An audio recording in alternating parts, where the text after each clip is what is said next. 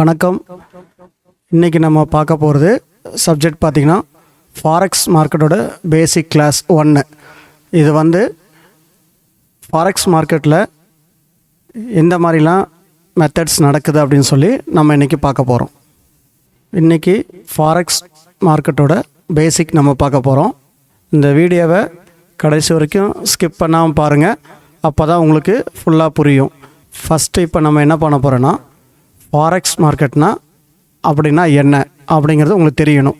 அது என்னன்னு கேட்டிங்கன்னா, அது ஃபாரின் எக்ஸ்சேஞ்ச். ஃபாரெக்ஸ் மார்க்கெட் அப்படிங்கிறது ஒரு ஃபாரின் எக்ஸ்சேஞ்சு. இப்போ நம்ம ஒரு பொருள் நம்ம இங்கே வாங்குகிறோம் அப்படின்னா, இப்போ ஒரு லேப்டாப் நம்ம இங்கே வாங்குகிறோன்னா நம்ம ரூபி கொடுத்து தான் அந்த பொருளை வாங்குவோம். இங்கே நம்ம இந்தியாவுக்குள்ளே நம்ம வாங்குகிறோம் அப்படின்னா, தமிழ்நாட்டில் நம்ம வாங்குறோன்னா ஒரு பொருள் வாங்குகிறோம் அப்படின்னா அதுக்கு ரூபி கொடுப்போம். பணம் கொடுத்து தான் அந்த பொருளை நம்ம வாங்கணும். இங்கே இதே ஒரு யூஎஸில் இருக்கிறவங்க டாலராக கொடுத்து தான் அந்த பொருளை வாங்க முடியும். ஒரு பொருளுக்கும் இன்னொரு பொருளுக்கும் நடக்கக்கூடிய எக்ஸ்சேஞ்சு. இப்போ நம்ம லேப்டாப் வாங்குகிறோம் அப்படின்னா நம்ம பணம் கொடுக்குறோம், அந்த பணத்தை வச்சு வேறு ஒரு இதுக்கு அவங்க அந்த பணத்தை யூஸ் பண்ணிக்குவாங்க, வேறு பொருள் வாங்குறதுக்கு யூஸ் பண்ணிக்குவாங்க. அது கரன்சி டு கரன்சி எக்ஸ்சேஞ்ச் நம்ம பண்ணுறோம். சரிங்களா? இப்போ இந்தியாவில் நம்ம பணம் வச்சுருக்குறோம், இப்போ நம்ம யூஎஸ்க்கு அனுப்புகிறோம். இந்தியாவில் இருக்கக்கூடிய கரன்சி அப்படிங்கிற ருப்பி பணம். இதே யூஎஸில் இருக்கிறது டாலர். இப்போ நம்ம ரெண்டு பேருக்கும் ஒரு எக்ஸ்சேஞ்ச் நடக்குது. இங்கேருந்து நம்ம ஒரு பொருளை நம்ம யூஎஸ்க்கு அனுப்புகிறோம் அப்படின்னா, இந்த ரெண்டுக்கும் இடையில் நடக்கிற அந்த டிரான்சாக்ஷன் தான் செட்டில்மெண்ட் தான் அவங்க யூஸ் பண்ணுறது டாலரு, நம்ம கொடுக்குறது பணம். இந்த ரெண்டுக்குமே ஒரு வேல்யூ இருக்கும். ஒரு டாலருக்கு நம்ம இங்கே எவ்வளோ நம்ம ருப்பீஸ் தரோம், நம்ம பணம் கொடுக்குறோம் அப்படிங்கிறது ஒவ்வொரு டைம் டிஃப்ரெண்ட் ஆகும் ரேட்டு. நம்மளுடைய பொருளாதாரம், நம்ம இந்தியாவோட ஜிடிபி, ஒரு சில விஷயத்தை பொறுத்து அது உங்களுக்கு மாறும்.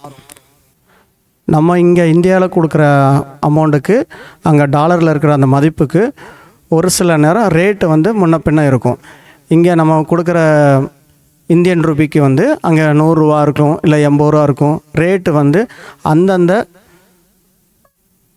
யூஎஸ் மார்க்கெட்டு அவங்க ஃபிக்ஸ் பண்ணுற ரேட்டு தான். அந்த இதுக்காக தான் நம்ம அமௌண்ட்டு கொடுத்து நம்ம வாங்குவோம். இப்போ நார்மலாக நமக்கு ஒரு ஸ்டாக் மார்க்கெட்டில் நடக்கிறதோட டிரான்சாக்ஷன் பார்த்திங்கன்னா பேங்க் மூலிமா டைரெக்டாக இது நடக்குது. யூஎஸ் மார்க்கெட்டில் இருக்கிறத ஃபாரெக்ஸ் ட்ரேடிங் எப்படி நடக்குதுன்னு பார்த்திங்கன்னா டைரெக்டாக பேங்க் மூலிமா தான் நடக்குது. நம்ம நார்மலாக இந்தியாவில் நடக்கிற ஸ்டாக் மார்க்கெட்டோட 5 டைம் ஹையராக டிரான்சாக்ஷன் நடக்கக்கூடிய ஒரு மார்க்கெட் இந்த ஃபாரெக்ஸ் மார்க்கெட். இதில் பார்த்திங்கன்னா ஒரு பேங்க்குக்கும் இன்னொரு பேங்க்குக்கும் இருக்கிற டிரான்சாக்ஷனில் தான் நம்ம இங்கே ட்ரேட் பண்ண போகிறோம். இது பார்த்திங்கன்னா 24x5 24 ஹவர்ஸ் நடக்கும். 5 நாள் நமக்கு மண்டே டு ஃப்ரைடே வரைக்கும் நமக்கு நடக்கும். இந்த மார்க்கெட் பார்த்திங்கன்னா மண்டே நமக்கு ஓப்பன் ஆச்சுன்னா வெள்ளிக்கிழமை நைட்டு இல்லை சனிக்கிழமை காலையில் 3:30 மணி வரைக்கும் இந்த மார்க்கெட் தொடர்ந்து ரன் ஆகிட்டே இருக்கும். அதாவது 24x5 அந்த டைமில் நமக்கு யூஎஸ் மார்க்கெட்டில் நம்ம ட்ரேட் பண்ணிக்கலாம். இங்கே நான் போட்டிருக்கேன் பார்த்தீங்களா, 5 days 24 hours நமக்கு நடக்கும். இந்த மார்க்கெட்டோட சைஸ் பார்த்தீங்கன்னா 6.6 ட்ரில்லியன். மார்க்கெட்லேயே பார்த்தீங்கன்னா இருக்கிறதுலே மிகப்பெரிய மார்க்கெட் நியூயார்க் மார்க்கெட் 1.5 ட்ரில்லியன்லேருந்து அதிகமாக நமக்கு நடக்கக்கூடிய டிரான்சாக்ஷன் இந்த ஃபாரெக்ஸ் ட்ரேடில் நடக்குது. இதில் பார்த்திங்கன்னா யாரெல்லாம் இதில் ட்ரேட் பண்ணுறாங்கன்னு பார்த்தீங்கன்னா, ஃபாரின் எக்ஸ்சேஞ்சு பிக் ட்ரேடர், அதாவது ஒரு பேங்க்கு அளவுக்கு ட்ரேட் பண்ணக்கூடிய ஒரு பிக் ட்ரேடர் தான் இதில் ட்ரேடிங் பண்ணுறாங்க. இதில் மேஜர் பிளேயராக நம்ம யாரை சொல்லலாம்னா, ஃபைனான்ஸ் பண்ணுறவங்க, அதாவது பேங்க்குக்கு ஃபைனான்ஸ் பண்ணுறவங்க, பெரிய பெரிய பிக் ட்ரேடர்ஸ் இருக்கிறவங்க, பணம் அதிகமாக வச்சு ஒரு பேங்க் அதிகமாக இப்போ பணம் அதிகமாக வச்சுருக்காங்க, ஒரு பேங்க் நடத்துகிற அளவுக்கு பணம் வச்சுருக்கவங்க இந்த ஃபாரெக்ஸ் ட்ரேடிங்கில் அவங்க அதிகமாக இருப்பாங்க. குளோபல் கார்ப்பரேஷன் சொல்லி ஒரு கம்பெனி இருக்காங்க. அவங்க என்ன பண்ணுவாங்கன்னு கேட்டிங்கன்னா, நம்ம இங்கேருந்து ஒரு பொருளை நம்ம அனுப்புகிறோம் அப்படின்னா யூஎஸ்க்கு போயிட்டு சேர்றதுக்கு ஒரு 3 மாதம் 4 மாதம் ஆனாலும் அந்த இடப்பட்ட டைமிங்கில் நடக்கிற அந்த டிரான்சாக்ஷனுக்கு அவங்க பார்த்திங்கன்னா அந்த டிஃப்ரெண்ட் அமௌண்ட் மாறும்போது அவங்க சப்போர்ட் பண்ணி அந்த பொருளை அங்கே கொண்டு போய் சேர்த்திடுவாங்க. இன்றைக்கி நீங்கள் வந்து அந்த பொருளை நீங்கள் வாங்கி அங்கே ட்ரான்ஸ்ஃபர் பண்ணுறீங்கன்னா இன்றைக்கி கரண்ட் ரேட்டில் என்ன இந்தியன் ரூபிக்கு யூஎஸ் மார்க்கெட்டுக்கு என்ன ரேட் இருக்கோ அந்த ரேட்டுக்கு நமக்கு வந்து அந்த பொருளை வந்து ட்ரான்ஸ்லேஷன் பண்ணுவாங்க. ஃபைனலாக பார்த்தீங்கன்னா ரீட்டைலர்ஸ்ன்னு சொல்கிறது நம்மளை தான். நம்ம தான் வந்து ரீட்டைலர் ட்ரேடர். நம்ம வந்து ஒரு ட்ரேட் பண்ணும்போது அவங்க வந்து குளோபல் இதில் பண்ணுறவங்க பார்த்திங்கன்னா ஒரு ட்ரேட் பண்ணுறவங்க அவங்க வந்து ஒரு ட்ரேட் பண்ணுறதுக்கு நம்ம வந்து ஒரு 1000 ட்ரேட் பண்ணுறதுக்கு சமம். நம்ம உதாரணமாக பார்த்திங்கன்னா ரீட்டைலர்ஸ்லேயே நிறைய பையர்ஸ் இருப்பாங்க, நிறைய செல்லர்ஸ் இருப்பாங்க. ஒரே டைமில் வந்து பையும் பண்ண மாட்டாங்க, செல்லும் ரெண்டுமே சேர்ந்து தான் பண்ணுவாங்க. பையும் பண்ணுவாங்க, செல்லும் பண்ணும்போது நிறைய டைம் வந்து என்ட்ரி வந்து ரீட்டைலர்ஸ் அதை நம்ம போடுவோம். என்ட்ரி நம்ம எடுக்கிறோம். நிறைய டைம் எடுக்கிறனால தான் ரீட்டைலர் வந்து 1000 டைம் வந்து அதுக்கு மேலே 10,000 டைமுக்கு மேலே நம்ம வந்து அந்த என்ட்ரியை வந்து நம்ம போடுறனால அவங்க வந்து ஒரு டைம் தான் போடுவாங்க. குளோபல் கார்ப்பரேஷனுக்கு வந்து ஒரு டைம் என்ட்ரி போடுறாங்கன்னா நம்ம ரீட்டைலர் வந்து நிறைய டைம் போடும்போது அவங்களுடைய ஃபண்டு வந்து அவங்களுக்கு அதிகமாக இருக்கும். நமக்கு கம்மியாக இருக்கிறனால நம்ம அதிகமாக ட்ரேடில் நம்ம யூஸ் பண்ணுறோம். இப்போ பார்த்திங்கன்னா இந்த மார்க்கெட் பார்த்திங்கன்னா மண்டே ஆஸ்திரேலியா டைமில் பார்த்திங்கன்னா 3:30 மணிக்கு நமக்கு விடிய காலையில் ஓப்பன் ஆகும். நான்ஸ்டாப் நமக்கு ஓடிட்டே தான் இருக்கும். காலையில் பார்த்திங்கன்னா 3:30 மணிக்கு நமக்கு ஓப்பன் ஆகும். மார்க்கெட் கண்டினியூஸாக ரன் ஆகிட்டே தான் இருக்கும்.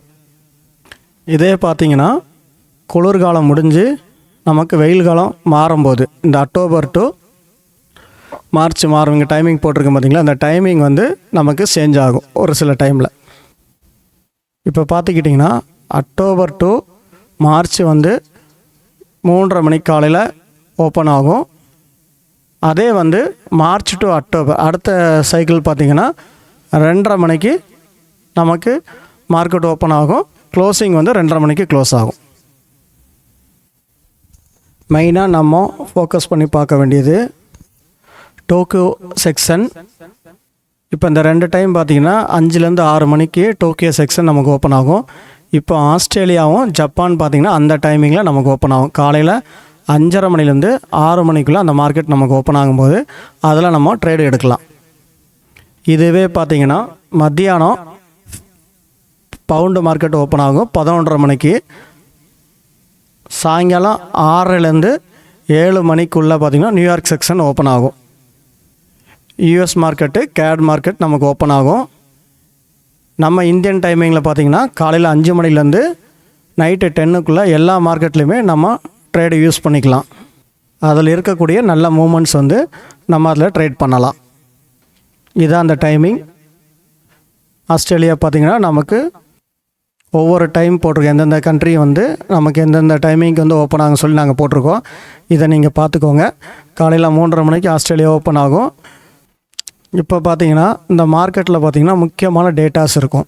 அதாவது யூஎஸோட அவங்களுடைய யூஎஸில் நடக்கக்கூடிய நியூஸ், அதாவது பிக் நியூஸ் இருக்கும். ஒவ்வொரு அந்த கண்ட்ரியில் நடக்கக்கூடிய ஒவ்வொரு பேங்க்கோட நியூஸு, அந்த மாதிரி ஒவ்வொரு நியூஸுக்கு வந்து மார்க்கெட் வந்து எப்படிலாம் வந்து நமக்கு ஒர்க் ஆகும் அப்படிங்கிறது நம்ம பார்த்துக்கலாம். அந்த மாதிரி நியூஸ் டைமில் பார்த்திங்கன்னா நல்ல நமக்கு மூமெண்ட்டு கிடைக்கும். அப்போது நம்ம வந்து ஃபாரெக்ஸ் மார்க்கெட் ஃபேக்ட்ரின்னு சொல்லி ஒன்று இருக்குது. அதில் நம்ம உள்ளே போய் அந்த வெப்சைட்டில் போய் எப்போல்லாம் நமக்கு வந்து அந்த இது இருக்குதுன்னு சொல்லி நம்ம பார்க்கணும். நியூஸ் டைம் இருக்குதுன்னு சொல்லி பார்த்து அதில் என்னென்ன நியூஸ் வருதோ அந்த டைமில் நம்ம ட்ரேட் எடுத்தால் நமக்கு நல்லா கொஞ்சம் ப்ராஃபிட்டாக இருக்கும். நெக்ஸ்ட்டு ஃபாரெக்ஸ் மார்க்கெட்டில் ரெகுலேஷன் நம்ம கண்டிப்பாக பார்க்கணும். இது மட்டும் இல்லை, நிறைய ரெகுலேஷன் இருக்குது. இது வந்து மேஜராக இருக்கிற ஒவ்வொரு இதுங்க நீங்கள் இதை பார்த்துக்கோங்க. இதை நீங்கள் பேசிக்காக பார்த்துக்கலாம். புரோக்கர்ஸ் வந்து இங்கே நம்ம இருக்கிறவங்க நமக்கு அங்கே ரிஜிஸ்டர் பண்ணியிருந்தால் அவங்களுடைய இதில் நம்ம ட்ரேட் பண்ணிக்கலாம். ஃபைனல் இது வந்து இந்த ஃபாரெக்ஸ் மார்க்கெட் பார்த்திங்கன்னா ஒரு கேம்லிங் தான். ஆனால் இதை நம்ம கேம்லிங்காக எடுத்துக்கக்கூடாது. கேம்லிங்கும் போது நம்ம தொடர்ச்சியாக நம்ம விளையாண்டுருந்தால் தான் அது கேம்லிங். நம்ம வந்து பொறுமையாக கவனித்து ஒரு இடத்துல பார்த்து நிதானமாக நம்ம விளையாடும் போது அது கேம்லிங் கிடையாது. அது வந்து நமக்கு ஒரு பிஸ்னஸாக ட்ரேடிங்காக நமக்கு இருக்கும். நம்ம பொறுமையாக கவனித்து ட்ரேட் பண்ணணும் அப்படின்னா இது கேம்லிங் கிடையாது. நின்று நிதானமாக வெயிட் பண்ணி ப்ளே பண்ணால் இதில் நம்ம சக்ஸஸ் பண்ண முடியும். இதன் மூலிமா ட்ரேடிங் வந்து ஒரு அடிக்ஷனாக மாறிடுச்சு. கண்மூடித்தனமாக ட்ரேட் பண்ண ஆரம்பிச்சிட்டிங்கன்னா உங்களுக்கு ஒரு செல்ஃப் இது வந்து போயிடும், ஒரு ப்ரெசன்ஸ் மைண்டு போயிடும். ஒரு பை ஆகுது செல் ஆகுது அப்படின்னு சொல்லி நீங்கள் முடிவெடுக்கும்போது உங்களால் எடுக்க முடியாது. ரொம்ப குழப்பமாக டென்ஷனாக ட்ரேட் பண்ணுற சுச்சுவேஷன் வந்துடும். இது வந்து ஒரு கன்ஃபார்மாக ஒரு ஸ்ட்ராட்டஜியோட நீங்கள் யூஸ் பண்ணி நீங்கள் கற்றுக்கிட்டு தான் நீங்கள் ட்ரேட் பண்ணணும்.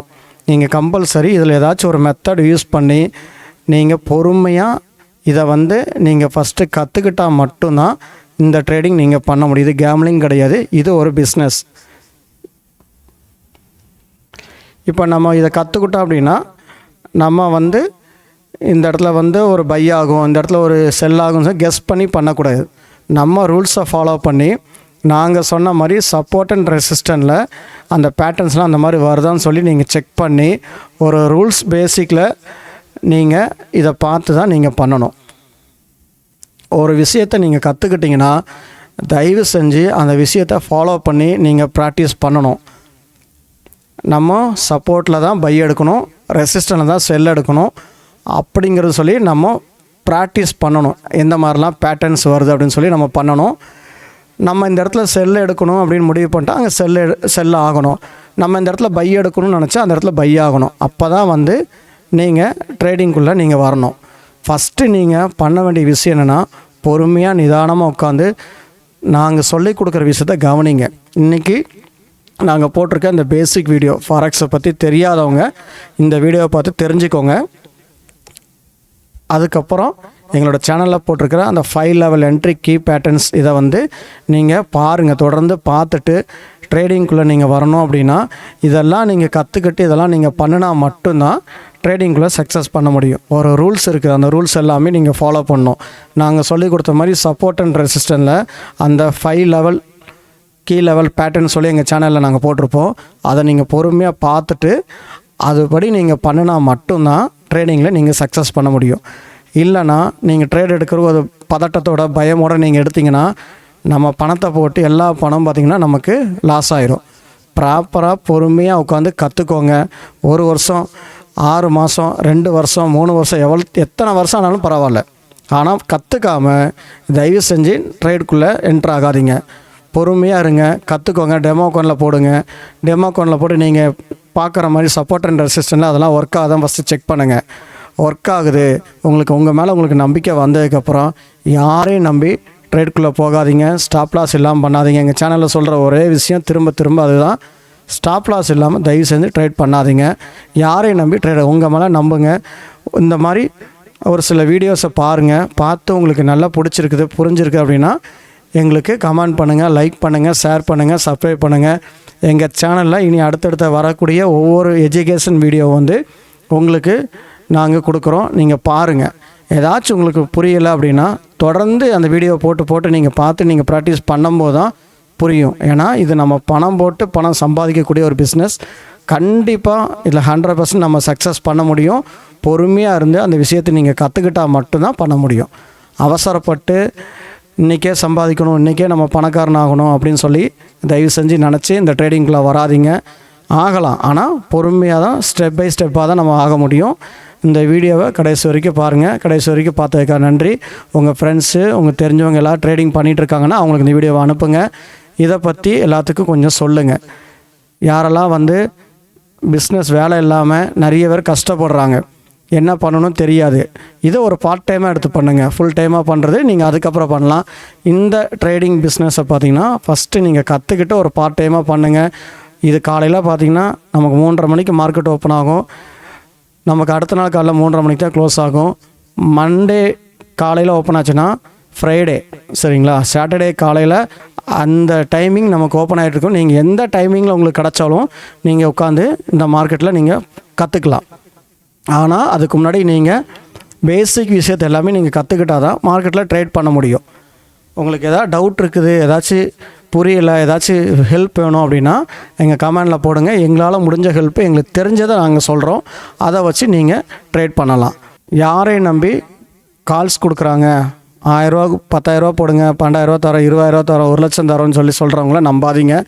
எல்லாருமே பணத்தை வாங்கிட்டு ஏமாற்றிடுவாங்க. அந்த மாதிரி கொடுக்குற சிஸ்டம் எங்கேயுமே கிடையாது. உங்கள் பணத்துக்கு நீங்கள் தான் கேரண்டி. நாங்கள் எங்கள் இதில் சொல்கிறதே அதுதான், உங்கள் பணத்துக்கு நீங்கள் தான் கேரண்டி. பணத்தை போடுங்க, சம்பாதிக்கணும், அதை டபுளாக எடுக்கணும், பணத்தை லாஸ் பண்ணக்கூடாது. அப்போ நீங்கள் கற்றுக்கிட்டால் தான் நம்ம அந்த பணத்தை போட்டு நம்ம பணம் எடுக்க முடியும். தயவு செஞ்சு எங்கள் வீடியோவை கடைசி வரைக்கும் பாருங்கள். ரொம்ப நன்றி.